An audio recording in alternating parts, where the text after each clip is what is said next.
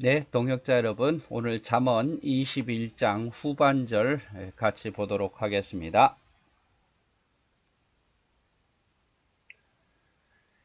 명철의 길을 떠난 사람은 사망의 회중에 거하리라. 이 명철의 길을 떠난 사람, 말씀에서 떠난 사람, 명철의 길이 말씀일 수도 있고 하나님일 수도 있고, 하나님의 길이 명철의 길이고 하나님의 말씀이 명철의 말씀이니까 명철의 길을 떠난 사람은 곧 사망으로 빠져들게 되리라. 사망의 회중에 거하게 되리라.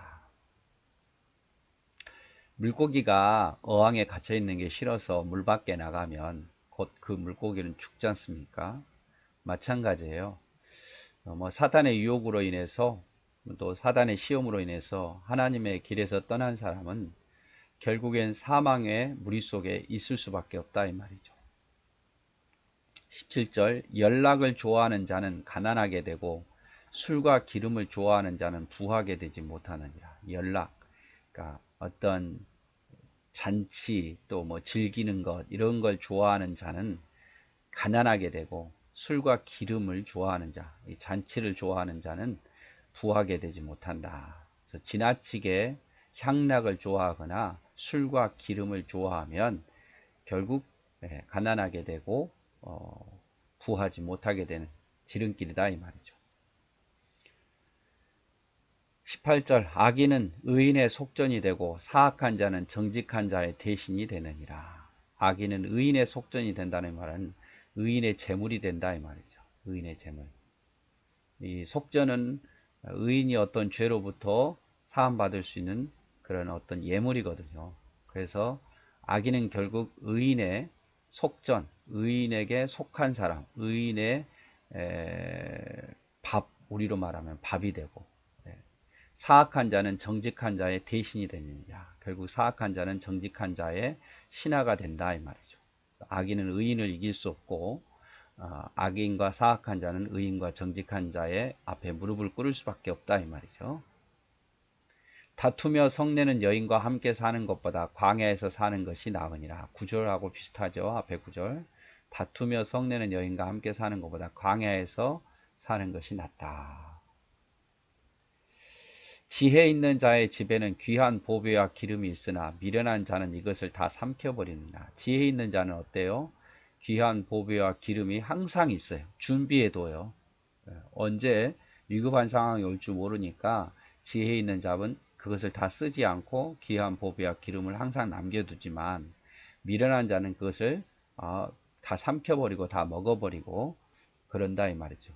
내일은 또 내일 되겠지 이러면서. 공의와 인자를 따라 구하는 자는 생명과 공의와 영광을 얻느니라. 자, 공의, 인자를 따라 구하는 자, 공의로움을 가지고 인자함을 가지고 구하고 그것을 따르는 자는 생명과 공의와 영광을 얻게 된다. 결론적으로 공의로운 자, 또 하나님께 구하는 자는 좋은 것을 얻게 된단 말이에요. 생명, 공의, 영광. 22절 지혜로운 자는 용사의 성에 올라가서 그 성이 의지하는 방벽을 허느니라. 자, 지혜로운 자 용사의 성에 올라가서 큰 사람의 성에 올라가서 그 성이 의지하는 방벽을 헐어버린다. 그래서 용사보다도 더 큰 자가 누굽니까? 지혜로운 자예요. 지혜로운 자. 이 지혜는 하나님께로부터 나온다고 늘상 말씀드렸죠. 그래서 정말 승리하려면 하나님 말씀을 가까이 해야 돼요. 지혜로운 자가 돼야 되니까. 하나님께서 늘 말씀해 주시잖아요. 어떻게 해야 될 것을. 입과 혀를 지키는 자는 자기 영혼을 환난에서 보전하느니라. 입, 혀. 그러니까 말을 지키는 자는요. 자기 영혼을 환난에서 보전해요. 그래서 이렇게 정말 말이 중요한 거야. 자기 입을 지키고 혀를 지키는 것이. 무례하고 교만한 자를 이름하여 망령된 자라 하나니 이는 넘치는 교만으로 행함이니라. 무례하고 교만한 자를 망령된 자. 하나님의 이름을 망령되이 일컫는 자 이렇게 말하잖아요. 십계명에서. 그래서 무례하고 교만한 자, 하나님 앞에 무례하고 교만한 자 이런 사람을 망령되다 말합니다. 게으른 자의 욕망이 자기를 죽이나니 이는 자기 손으로 일하기를 싫어함이라. 게으른 자의 욕망, 게으른 자의 욕망이 뭐겠습니까? 아, 일하기 싫다. 이거죠. 일하지 않고 뭔가를 얻기를 원하는 그런 마음. 그것이 게으른 자의 욕망이에요. 그것은 자기를 죽이나니 이는 자기 손으로 일하기를 싫어함이라. 자기 손으로 일하기 싫어하는 것이 게으른 자의 욕망이죠. 일하기 싫어하는 거. 입과 혀를 지키는 자는 그 영혼을 환난에서 보존한다. 잠언 21장 23절 다시 한번 말씀드립니다. 입과 혀를 지키는 자는 그 영혼을 환난에서 보존할 거다. 게으른 자의 욕망이 자기를 죽이나니 이는 자기 손으로 일하기를 싫어함이라.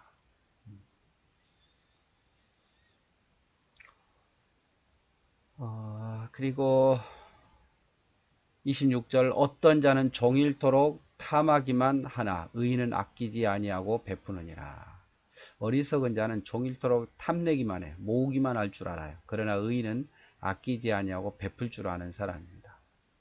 악인의 재물은 본래 가증하거든 하물며 악한 뜻으로 드리는 것이랴. 악인의 재물은 악인이 모은 재물은 하나님 앞에서 가증하게 여기는 거예요. 그래서 하나님 받지 않으시죠. 하물며 악인의 뜻으로 악한 마음으로 드리는 것 하나님 받겠느냐 이 말이죠. 악인의 재물이 가증한데 그 악인이 하나님께 드리는 것을 받겠느냐 안 받는다 이 말이죠. 거짓 증인은 패망하려니와 확실히 들은 사람의 말은 힘이 있느니라.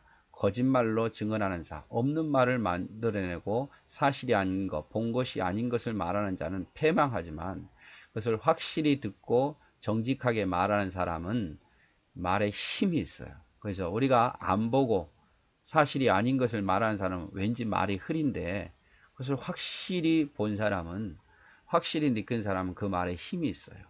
우리 신앙생활도 마찬가지예요. 하나님 말씀을 확실히 믿으면 그 말에 힘이 있지만 그런가 이렇게 생각하는 사람은 그 말에 힘이 없어요. 29절 악인은 자기 얼굴을 굳게 하지만 정직한 자는 자기 행위를 삼가느니라. 악인은 자기 얼굴을 굳게 해요. 그래서 이 말은 뭐냐면 낯짝 두껍다 이 말이죠.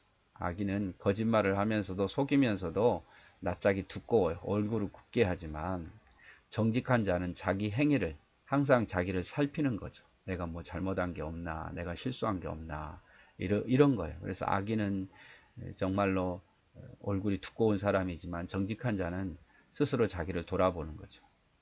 30절 지혜로도 못하고 명철로도 못하고 모략으로도 여호와를 당하지 못하느니라. 아무리 사람이 지혜로워도 명철이 있어도 모략이 있어도 하나님을 이기지 못한다 이 말이에요. 그러니까 최고 지혜로운 사람은 하나님을 가까이 하고 주님 말씀대로 사는 사람이겠죠.